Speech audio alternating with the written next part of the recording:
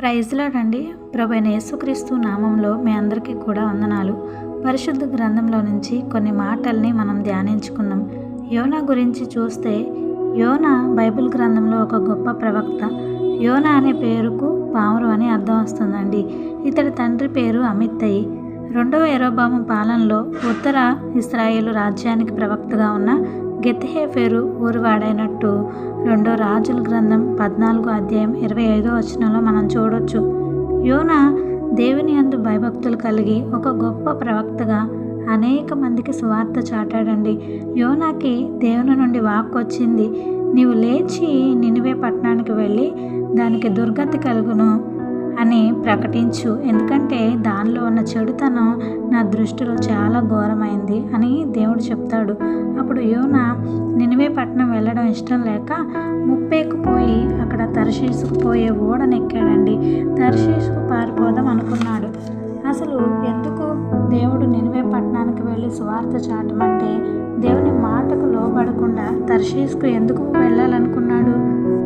ఎందుకంటే యోనాకి నినివే పట్టణం ఇష్టం లేదు. అక్కడ ప్రజలు చాలా దుర్మార్గులు. ఆ రాజు కూడా చాలా దుర్మార్గుడండి.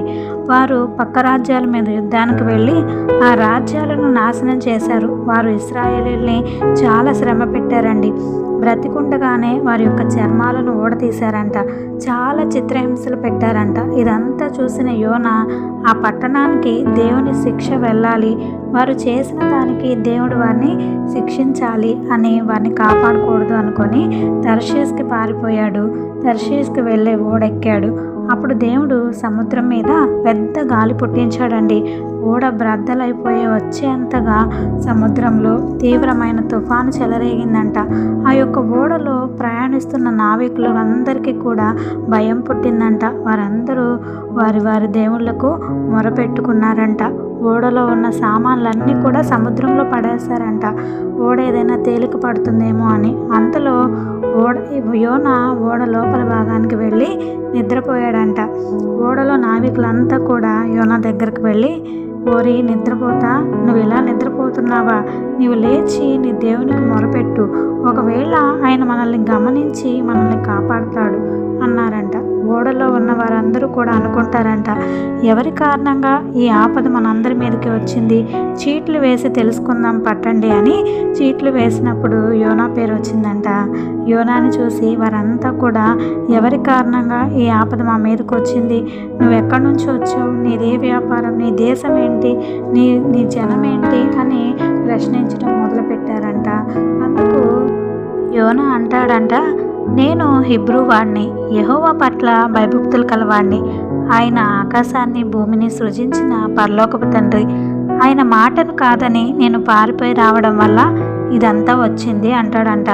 నావికులంతా కూడా ఈ సముద్రం మా మీదకి రాకుండా మేము నీకేం చేయాలి అన్నప్పుడు యోనా అంటాడు, నా కారణంగానే ఈ పెను తుఫాను వచ్చింది కాబట్టి నన్ను ఎత్తి సముద్రంలో పడవేయండి, అప్పుడు సముద్రం మీ మీదకి రాకుండా ప్రశాంతమవుతుంది అంటాడంట.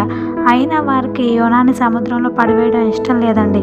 ఎలాగైనా సరే ఓడను ఒడ్డుకు చేర్చాలని తెడ్లు చాలా బలంగా వేశారంట. కానీ గాలి వారికి ఎదురుగా రావడం చేత సముద్రం ముందు కంటే కూడా మరీ ఎక్కువగా పొంగిందంట.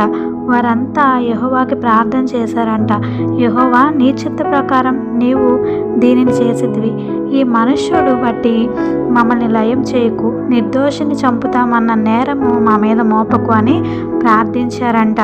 వారు యోనాని ఎత్తి సముద్రంలో పడవేశారంట. సముద్రం వెంటనే ప్రశాంతమైందంట.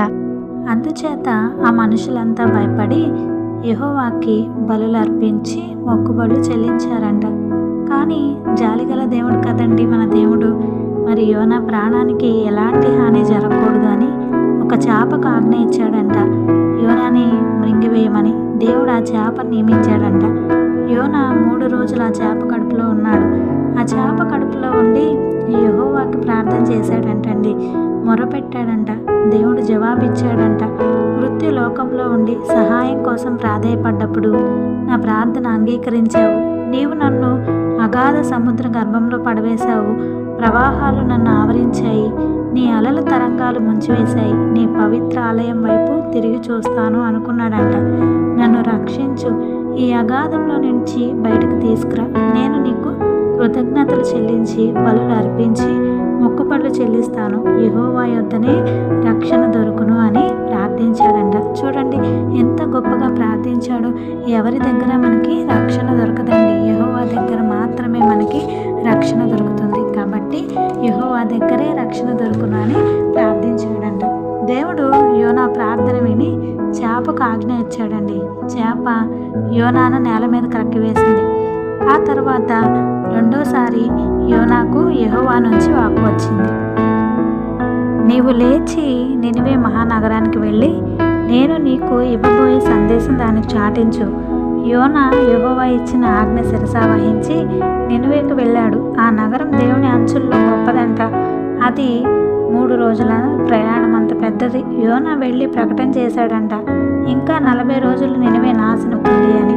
నినివే నగరవాసులంతా కూడా దేవుణ్ణి నమ్మారంట. ఉపవాసం కోసం సమయం నిర్ణయించి అందరూ పేదవారేంటి ధనవంతులేంటి అందరూ కూడా గోనెపట్టు కట్టుకున్నారంట. ఆ సంగతి విన్న రాజు కూడా సింహాసనం దిగి గోనెపట్టు కట్టుకొని బూడిదలో కూర్చున్నాడంట. అప్పుడు అతడు నినివేలో ఒక ప్రకటన చేశాడంట. రాజమంత్రులు ఆజ్ఞాపించింది ఏంటంటే ఎవరు కూడా దేనిని తాకూడదు, తినకూడదు, పశువులేంటి ఎద్దులు గొర్రెలు మేత వేయకూడదు, అవి కూడా నీళ్లు త్రాగకూడదు, మనుషులు పశువులు అంతా కూడా గోనెపట్టుతో కప్పబడాలి. అందరూ తమ యొక్క దుర్మార్గాలను విడిచి దౌర్జన్యం చేయడం మాని మనసారా దేవుని ప్రార్థించాలి. ఒకవేళ దేవునికి మనసు కరుగుతుందేమో, ఎవరికి తెలుసు. ఒకవేళ ఆయన జాలిపడి తన యొక్క కోపాన్ని చల్లార్చి మనల్ని నాశనం చేయకుండా ఉంటాడేమో అనుకున్నారంట.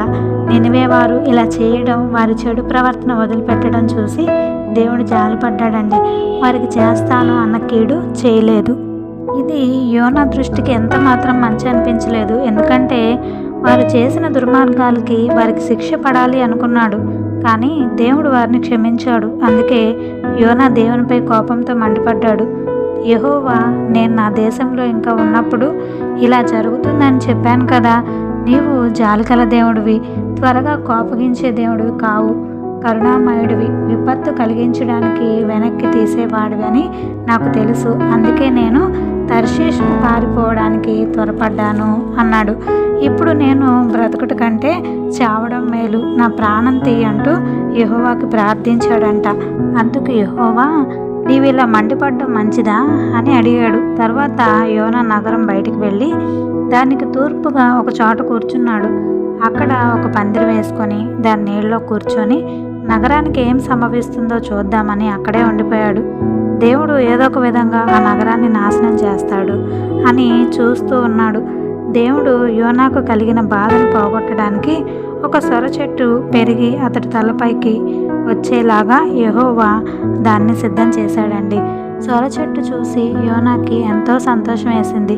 మరుసటి రోజు దేవుడు ఒక పురుగును సిద్ధం చేసి ఉంచాడు. అది ఆ చెట్టుని తొలిచినందున అది వాడిపోయింది. ప్రొద్దు పొడిచినప్పుడు దేవుడు చాలా వేడిగల తూర్పు గాలిని సిద్ధం చేశాడు. యోనా తలకి ఎండ దెబ్బ తగిలింది. అతడు నీరసించిపోతూ చావాలని కోరుతూ, నాకు బ్రతుకట కంటే చావడమే మేలనిపిస్తుంది అన్నాడు. యెహోవా, ఆ సొర చెట్టు విషయం నీవు మండిపడ్డం మంచిదా అని యోనాను అడిగాడు. యోనా, మంచిదే, ప్రాణం పోయేటంతగా మండిపడుతున్నాను అన్నాడు. అందుకు యెహోవా ఇలా అన్నాడు, నీవు ఆ సొర చెట్టును పెంచలేదు, అది నీ కష్టఫలం కాదు. ఒక్క రాత్రిలో మొలిచి పెరిగింది, ఒక్క రాత్రిలో వాడిపోయింది. అయినా దాని విషయం నీకు శ్రద్ధాశక్తులు ఉన్నాయి. నినివేలో కుడి ఎడమలు తెలియని 120,000 మంది కంటే ఎక్కువ మంది ఉన్నారు. చాలా పశువులు కూడా ఉన్నాయి. ఆ మహానగరం విషయం నాకు శ్రద్ధాశక్తులు ఉండకూడదా అంటాడు.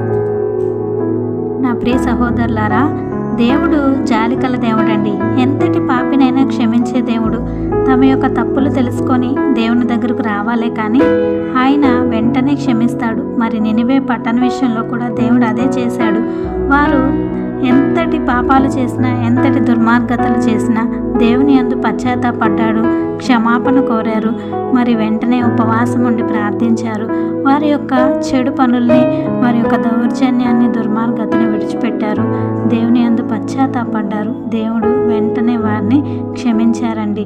మరి చూడండి, మరి యోనా లాగా దేవుడు అనేక మందిని సిద్ధపరిచాడు సువార్త చాటడానికి. యోనా పారిపోయినట్లు మనం కూడా తీసుకెళ్ళినా అక్కడ సువార్త చాటి అనేక మందిని మనం రక్షించే వారిగా ఉండాలండి. ఆమెన్.